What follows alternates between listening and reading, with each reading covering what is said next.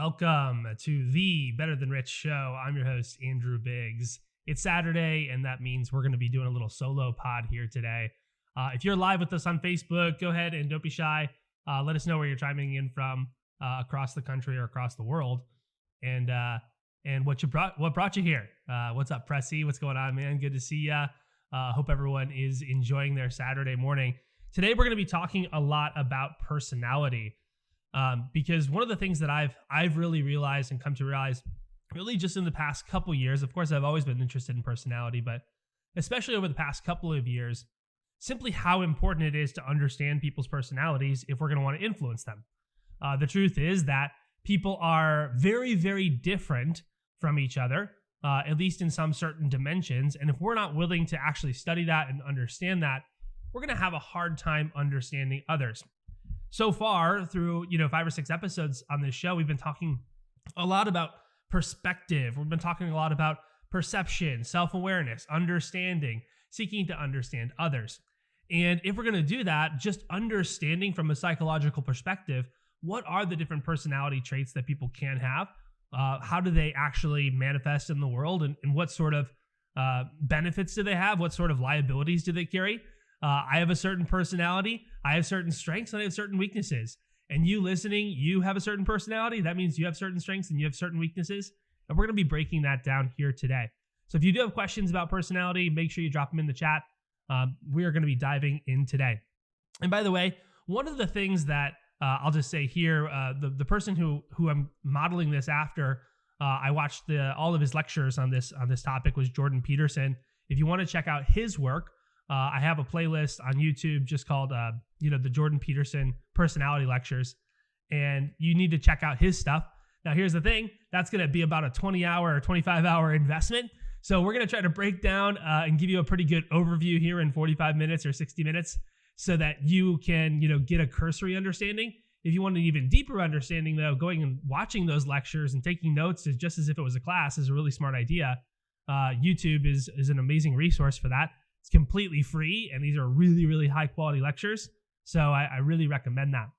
But the model that we're going to be following here today is what's called the Big Five model or the Ocean model, and you can look that up online as well. It's very well documented, but it's my favorite model for understanding personality. Now, there's a lot of different personality tests out there. There's Myers-Briggs, there's Strengths Finders, there's different things like that. There's CVI, which I know a lot of you people listening enjoy using. There's Wealth Dynamics. I really like that one from Roger Hamilton. But this is my favorite because it's kind of the classic true type of, it's a true measure of personality. It's not kind of tried to market to you. It's done in a very scientific sort of way. And it's almost like a personality test that you would take with a psychologist rather than a business professional. I love all of those Strengths Finders and Wealth Dynamics and these personality tools that can be used to help you understand how you can fit into the marketplace. And somewhat, this can be used for that as well. But my favorite thing about this is it's actually understanding the human psychology. So you can use it in a business context, but you can also use it in a personal context. And the reason it's called the Ocean model, or the Big Five, is because there's 5 big dimensions on which you're measured. If you want to take the test, you can go to understandmyself.com. They're not a sponsor or anything like that. But I do recommend you pay the $10 and check it out and take the test and see what you get on your personality test. So there's 5 big dimensions, and they actually spell out the word ocean if you take the first letter of each one. So that's why I call it the Ocean model. So there's openness, conscientiousness, extraversion, agreeableness, and neuroticism. Okay, again, this is not designed to market you something, and that's why we're going with very technical terms here. Openness, conscientiousness, extraversion, agreeableness, and neuroticism. What do these terms mean, and how can they actually help you in understanding people, influencing people, leading people, and also being aware of your liabilities and strengths so that you don't get caught expecting everyone to be like you. It's one of the biggest common mistakes that I see people make with personality is they expect everyone to be like them.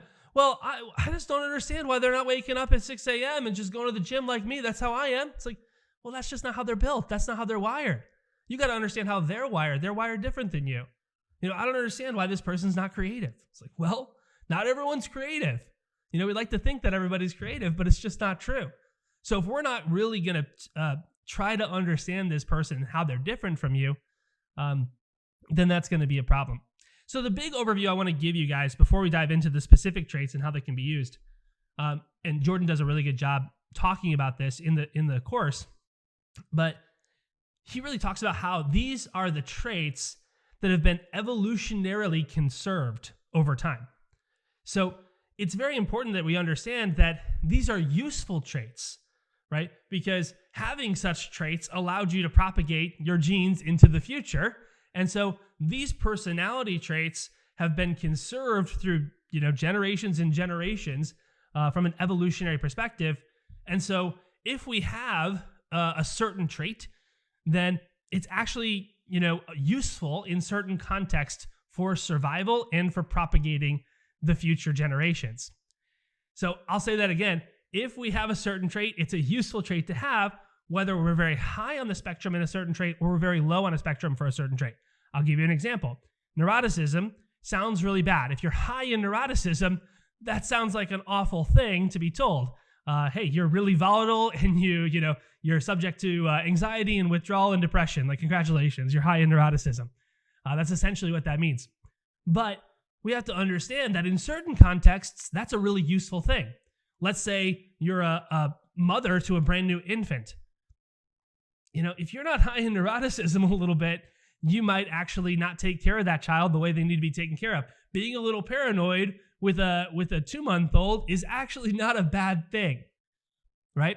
Being a little paranoid, if there's a worldwide pandemic, might actually help, right? We made fun of all those doomsday preppers before the coronavirus hit, and now they're laughing at us, right?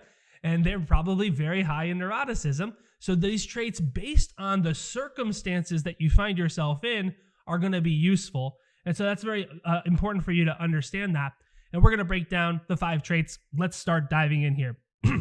Excuse me. So the first one we're going to be talking about is called agreeableness. And agreeableness is essentially your willingness to keep the peace. How much do you like to be agreeable? How much do you like to be disagreeable? If you're very high on the spectrum in agreeableness, then obviously you like to keep the peace. You generally are going to bite your tongue a little bit and avoid conflict. If you're low in agreeableness, you're very disagreeable. You probably actually like conflict. You probably like getting in arguments. You like kind of stirring the pot. You're always questioning authority. You're pushing back, etc.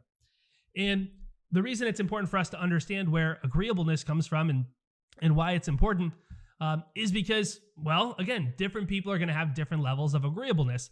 In a strange way, I'm literally right in the middle, in the 50th percentile of agreeableness, which means sometimes I really like to keep the peace and sometimes I really like to push people's buttons.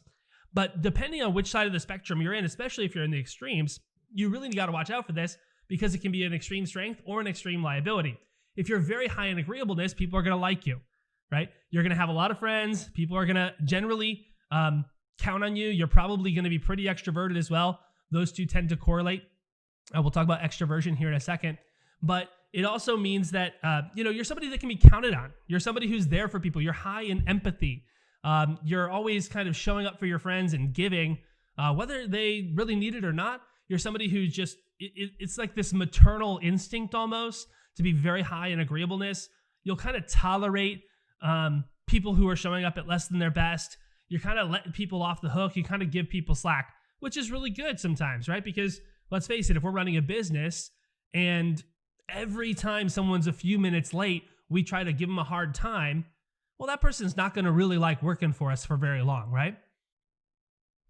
Let's face it, we have to have a little bit of agreeableness and give people a little bit of grace every once in a while. Hey, you're late today, no worries. Get on in here, man. Let's join the meeting. Like, just don't let it happen again, okay? Like, sometimes that's really necessary. So we have to have some level of agreeableness if we're going to work with people, if we're going to run organizations. At the same time, some of the liability with agreeableness is sometimes people will take advantage of you. People will, he always lets me off the hook. She always lets me off the hook. I can show up late no matter what. My boss is easy, right? Or I can always just, ask mom or dad for some extra cash. They'll help me out, even if I kind of blew the last cash that they gave me. We start to take advantage of people. People start to take advantage of you.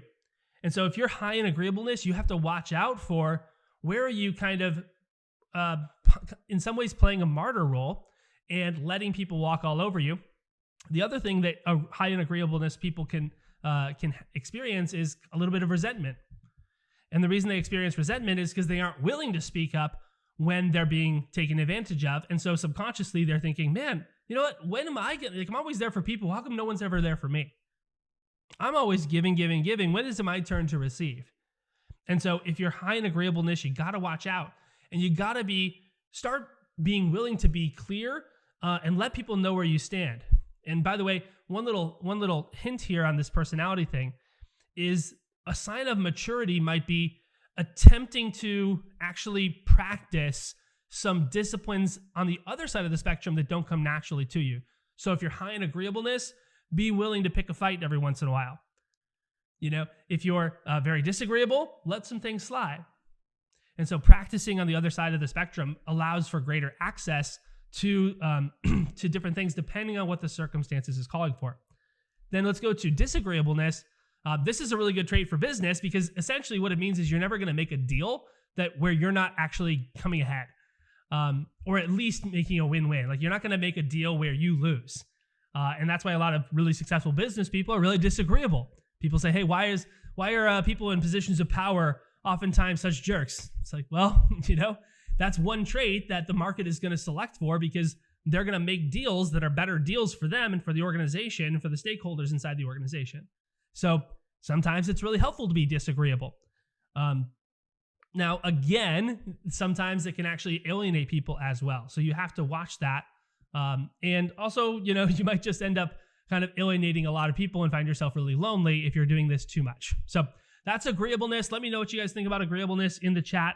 I see a handful of people online. So if you do have some questions here or some thoughts, let me know. By the way, one other interesting thing about this is in the data, there is some information to suggest personality traits. This is really wide-ranging thing. So like at an individual level, these traits don't really matter. But when you aggregate the data, it does show that there's certain trends with women and men. There's certain trends even with liberals and conservatives. And I found this really fascinating that a lot of our political leanings actually have to do with our personality and a lot less to do with policy positions. And I think that that's a really fascinating thing that, a lot of times what we're really voting for is like our own values, right?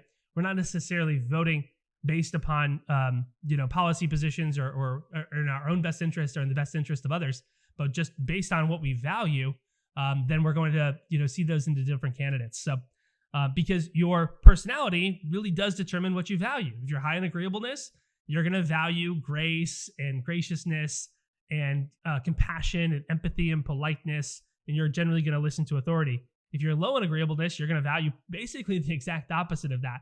How to be disagreeable, how to formulate an argument, be more logical, and you're gonna value competence and performance a lot higher than someone who's higher in agreeableness.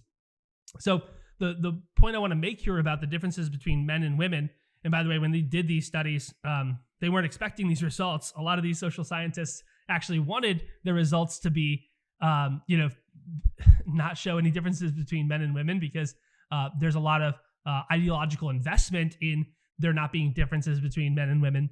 But the studies bear it out, and they actually were more pronounced in countries where they were more egalitarian, like the Nordic countries and Scandinavian countries. So the more that we're equal, there's more of an equal society between men and women, then it's actually higher in terms of the pronouncement of these, which is an interesting finding as well. But basically, the reason I bring this up is on agreeableness, women do tend to be more agreeable than men en masse, right? Now, you might be a really, really agreeable man. You might be a really, really, really disagreeable woman. Again, that's a small sample, though. En masse, it's about a 60-40 split. So where the median projection is going to be, which isn't crazy, right? It's not a huge split by any means, but it is, fairly predictive. If you're high in agreeableness, you're more likely to be female. Also, liberals are higher in agreeableness than conservatives, which is also very interesting. Basically, it's that maternal empathy, right, that comes forth there. Whereas the empathy of the right, of the conservative, is more like, hey, I'm going to teach you these skills and you're going to pull yourself up by your bootstraps sort of thing. And I want performance and start adding value. So that's agreeableness. Jordan says, I love your perspective on this. Thanks, Jordan. Thanks for stopping in, man. I love seeing your name in here. It's we'll have to catch up sometime. So let's keep going. Let's go to the next one, which is conscientiousness. Let me say that again. Conscientiousness. Conscientiousness is essentially how hardworking are you? How industrious are you? How much do you kind of have a motor to go and work? And, one of the things that's interesting is some people have a motor that's higher than others. I had Andrew Evans here on the podcast, and he has one of the best motors I know. When I say motor, it really just means like he can just power through, can work till midnight, work till 3 a.m., go to sleep, wake up at 7, get started again. Not everyone's like that. I tend to not be exactly like that either. And we'll talk about some of the strengths and weaknesses on both sides of that spectrum. But conscientiousness is, it tends to be almost, you feel guilty if you're high in conscientiousness if you're not working, right? You feel like, a little bit down on yourself. You feel like you're, you lose self-respect for yourself. When you're high in conscientiousness and you're not working and you're not focused and you're not disciplined, then you tend to lose that. Whereas someone who's low in conscientiousness, they can be lazy and they're totally cool with it. They can sit down and binge a Netflix series and eat a pizza and they're like having a great day. But if you're high in conscientiousness, that's going to really bother you. And so conscientiousness is broken down in two different dimensions. It's industriousness and orderliness. Again, industriousness is essentially how focused and how task-oriented, how disciplined are you. This means that you're going to be much better at regimented things. You're better at routines, right? If you're high in conscientiousness. If you're low in conscientiousness, you're going to hate routines. And so sometimes people will come to me and say, Andrew, how should I create my schedule? I know time management is so important. I know that it's where I have a huge edge. If I can dial in my time management, how much of my time should be structured? How much should be free time? How much time should I be doing tasks? How much time should I be creative? And I say, well, it depends. It depends on your personality type, because if you're someone like me who's a little lower in conscientiousness, and then I have a really rigid schedule and I look at my schedule and every single minute is planned for the day, I feel like I'm in prison, right? Whereas someone who's high in conscientiousness is going to love that they have every single minute of the day planned, right? It's the difference between going on vacation and winging it, or the person who prints out the itinerary, right? And so the person who prints out the itinerary is high in conscientiousness. The person who's like, yeah, I think I brought my passport. I think it's around here somewhere. Telltale sign, low in conscientiousness. And orderliness is another dimension here that is part of this trait, this dimension. And orderliness is essentially, how clean are you? And obviously, again, there's times where it really pays to be orderly, at times where it pays to be disorderly in a way, and to kind of embrace not being orderly. But if you are high in orderliness, then you're going to want to have a really clean workspace. You're going to need to have a clean digital space. All your emails are checked. Your files are organized, etc. Obviously, if you're low in that, your desk is a mess and your digital space is a mess as well. And so, understanding people's orderliness, especially if you live with somebody, is really, really important. My wife jokes all the time, but she's extremely high in this. She's very meticulous, and everything has to be clean and organized, and everything has its proper place. Whereas my son and I are very much not like that. And so, we have to, as a couple and as a family, work, right, to appreciate the other side, right? Because we understand that this is just a foundational difference. I can walk right by something and my wife will say, what, you didn't see that? And I'll say, literally, no, I didn't see that, right? Because my brain and my value system, it determines my perceptions, and same thing for you. And so literally, because I'm valuing different things, I really value ideas, right? And I tend to have my head in the clouds a little bit more. That's an openness trait. We'll talk about that later. You can literally walk right by something and not notice it. That is completely possible. Whereas somebody who's really high in orderliness wouldn't miss a thing, right? So that's conscientiousness. Generally speaking, what's interesting here is entrepreneurs tend to actually be lower, they find, in conscientiousness. And I think it's something about this sort of creativity, this idea of like having your freedom, being willing to work for yourself, take on risk, those sorts of things tends to be related with lower in conscientiousness sorts of folks. Not always, right? Again, this is based on large swaths of data, but entrepreneurs, kind of sparks that creative thinking, right? How can I get more done in less time? How can I kind of work from the beach and figure this out? And so, that's an entrepreneurial trait, is to be low in conscientiousness. High in conscientiousness, you're going to be much better at like the corporate, sort of world, and, working from 9 to 5, or maybe even working from 9 to 9. People who are really, really high in conscientiousness, can just work. And I think that's really an amazing trait. It's not exactly how I operate. And therefore I admire people who can be like that, but it is an interesting dimension that you need to know for yourself where you fall. By the way, sometimes people want to know, hey, what predicts success? And in this case, we'll use success, in income and in position and title. So basically, there's two big things that predict success. The number one factor is IQ, and that kind of fits in with an openness trait. But it's one of the more interesting findings from a statistical perspective that IQ is pretty important, right? Which is just how much of a general problem solver are you, and how complex of problems can you solve. So IQ is really high, and then conscientiousness is number two.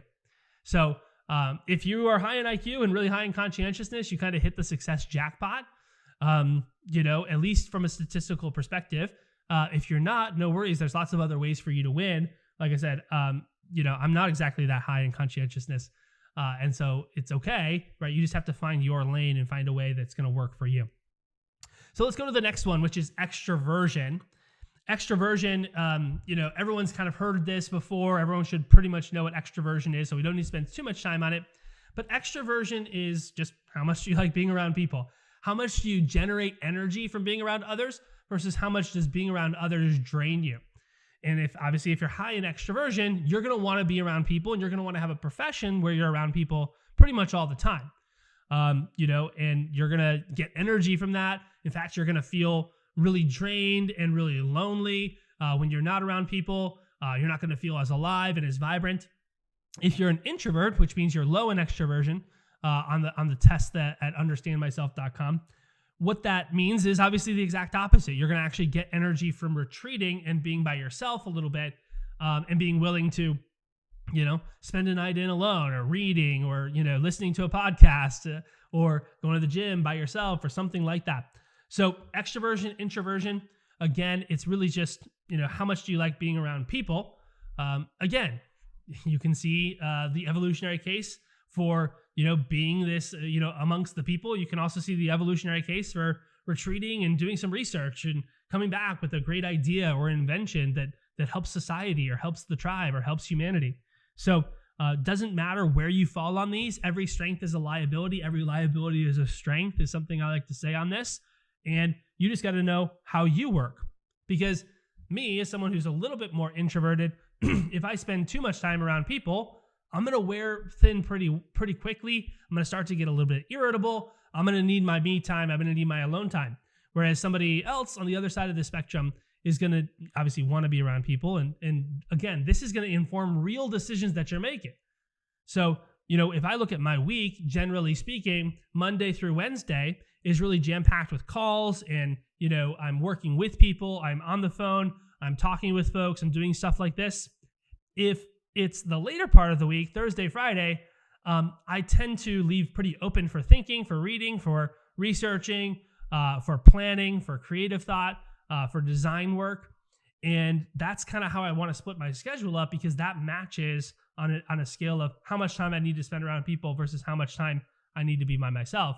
And again, if you can find a role in a position, or maybe even inside your current position, negotiate with your employer. By the way, people are more open than ever to negotiations because everyone's working from home, and everyone's kind of open to this idea of, hey, if you can do the job, I don't really care if you can show up to the office every single day.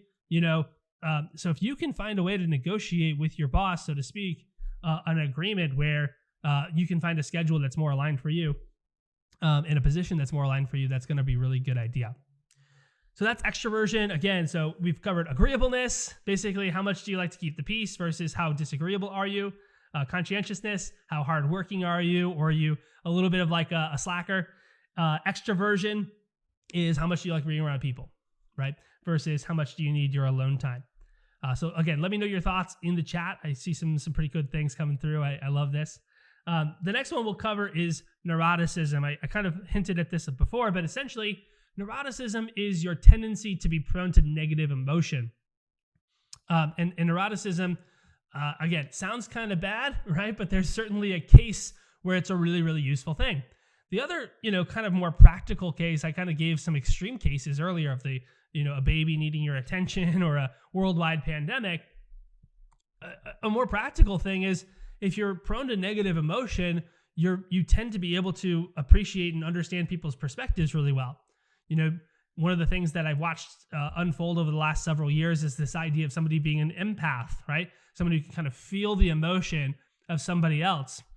And generally speaking, these people can feel the emotions of someone else and can go to those negative places, whether it's anxiety or it's depression or it's dark thoughts or it's something along those lines that tend to be seen as negative and quite frankly can be negative if not dealt with.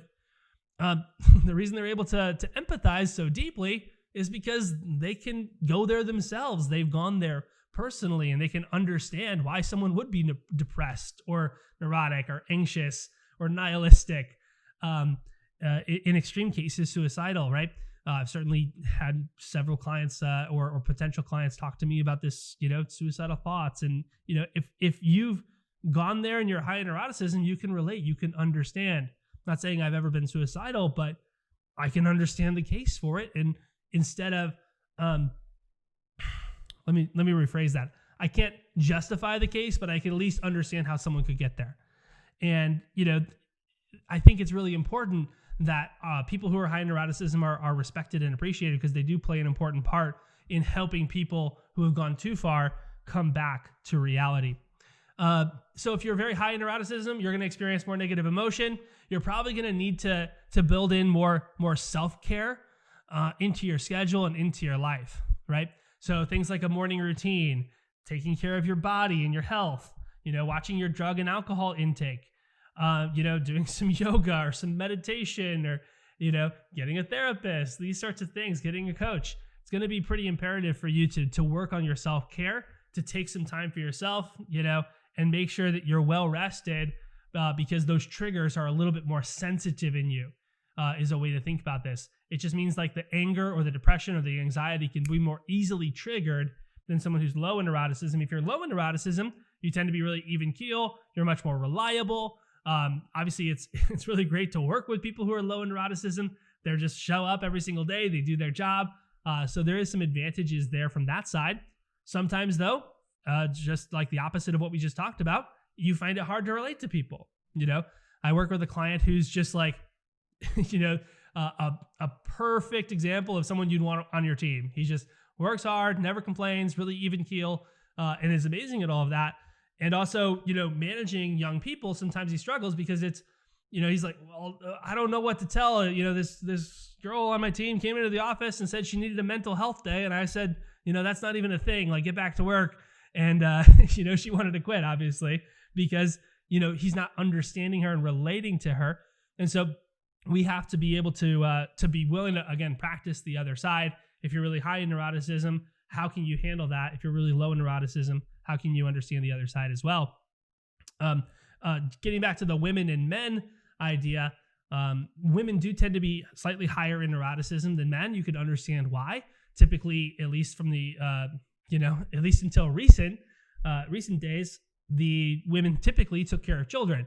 And so when you have a child, you need to be a little bit more neurotic and watch out because no one else, they aren't capable of watching out for themselves. So that's one of the reasons and theories as to why they believe women are slightly higher in neuroticism than men.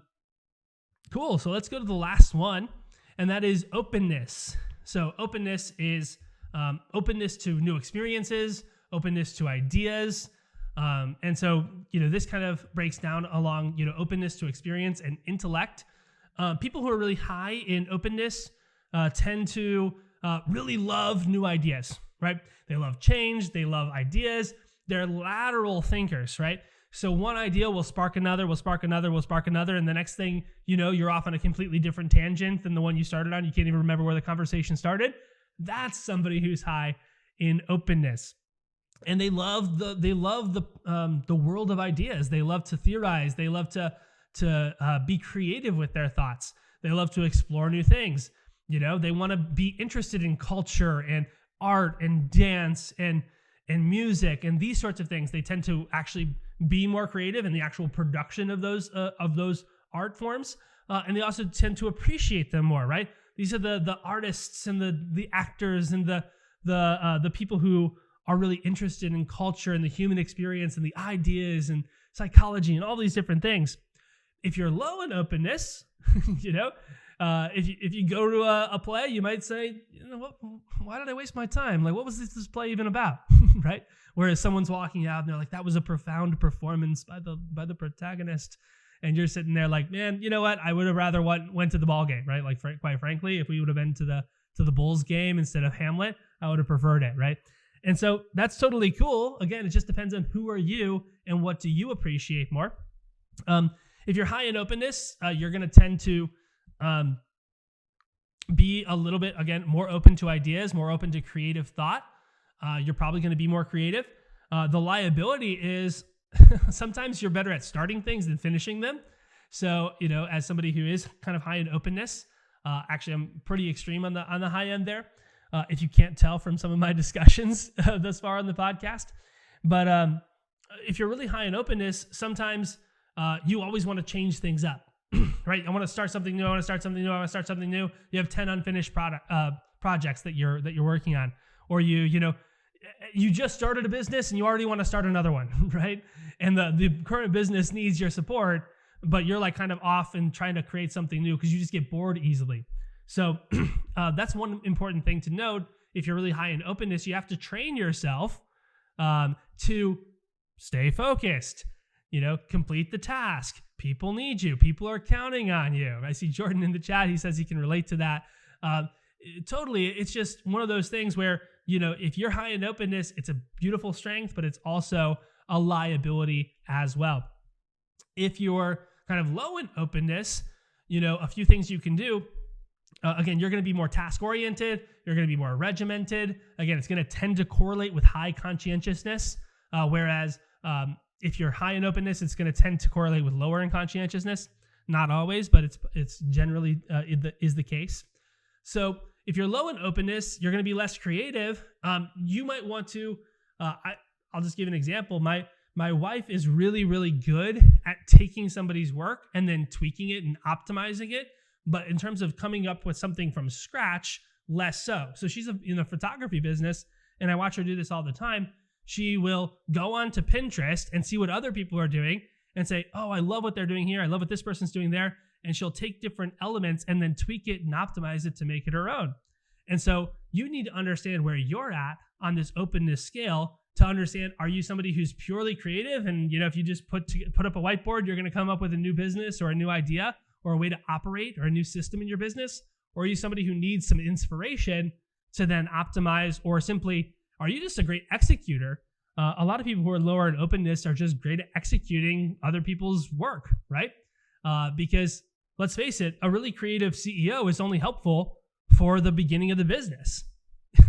A really creative CEO, when you IPO on the marketplace, their value to the company is a lot lower than somebody who can execute the business. Somebody who's okay, well, let me look at the balance sheet and how do we actually carry this thing forward. Let's hire an operations guy. Let's hire a marketing guy. Let's hire this person, this person, this person. The really creative CEO just wants to fly off and go start another business. So you got to know who you are and where you fall. I hope this is really cool and foundational learning. Like I said, this is a very cursory overview, but it is a really, really cool thing for you once you're able to understand this. So everybody that I work with, I have take this test, one, so they can understand themselves better, but also so I understand them better and understand what they value based on their personality, what their strengths are and what their liabilities are. And then I can actually tailor my communication to them based on their personality type, based on their values. I asked a client the other day what some of their values were, and he said domination. Now, for me, the word domination kind of has a negative context, a negative connotation. But in his world, being a very disagreeable man, he said, no, I want to dominate. I want to slay the competition. Like, it's about winning. It's like, cool. It's not my job to impose my worldview and my values onto him and say domination. Like, I don't know, shouldn't we be more compassionate? That's not what we're here to do. He is a very disagreeable person. He's like 1% on the agreeableness scale in the first percentile out of 100. So out of 100 people in the room, he's probably the most disagreeable in the room. Of course he's going to value domination. Of course he's going to value performance. Of course he's going to value competition. And he needs to build his business and his culture and attract talent that is like him if he's going to be successful. Because if he's not doing that, then he's out of alignment with his personality, trying to fit into something else. And so it's not about you, again, inflicting your worldview onto others and insisting people are like you. It's about truly appreciating where someone's at. If someone's really high in neuroticism, maybe they do need a mental health day every once in a while. And maybe that's a really good thing. And maybe you can create some agreements with them as you're managing them to help accommodate their personality. Or maybe it's just not a fit and it's not a win-win, and that's okay too. If someone's really high in openness, that means they're going to want to be working on the newest thing and the latest problem in the business. They're not going to be somebody who you can stick in a room, say, make 100 phone calls a day and don't call me until you're done. That's someone who's high in conscientiousness, right? So we need to understand these different types of personalities, so we know where to put people inside our organization, and we know how to actually communicate with them in a way that's going to be received. So this has been really fun. I see some awesome comments here in the chat. Thanks, Jordan. Thanks, Pressy, for being so active and chiming in on where your strengths and liabilities are. I think this is fascinating discussion. We will get this uploaded and live in the iTunes. By the way, we're going to upload these kind of all at once. So it's not live in iTunes just yet. We're getting some in the can, as they say, and then we're going to dump a bunch of so that you guys can enjoy them back to back to back. But by the way, if you're enjoying the show thus far, we are 6 days into a 75-day challenge, 75 podcasts in 75 days with the final 75 days of the year. So we're going to be here, recording every single day and giving you guys the goods. So the more you can tune in, the better. So like, share, comment. The more engagement, the better. That's the easiest free way you can help us out, and we really appreciate it. So this has been fun. Thanks everyone for joining, and have a great day. Enjoy the rest of your weekend. Bye.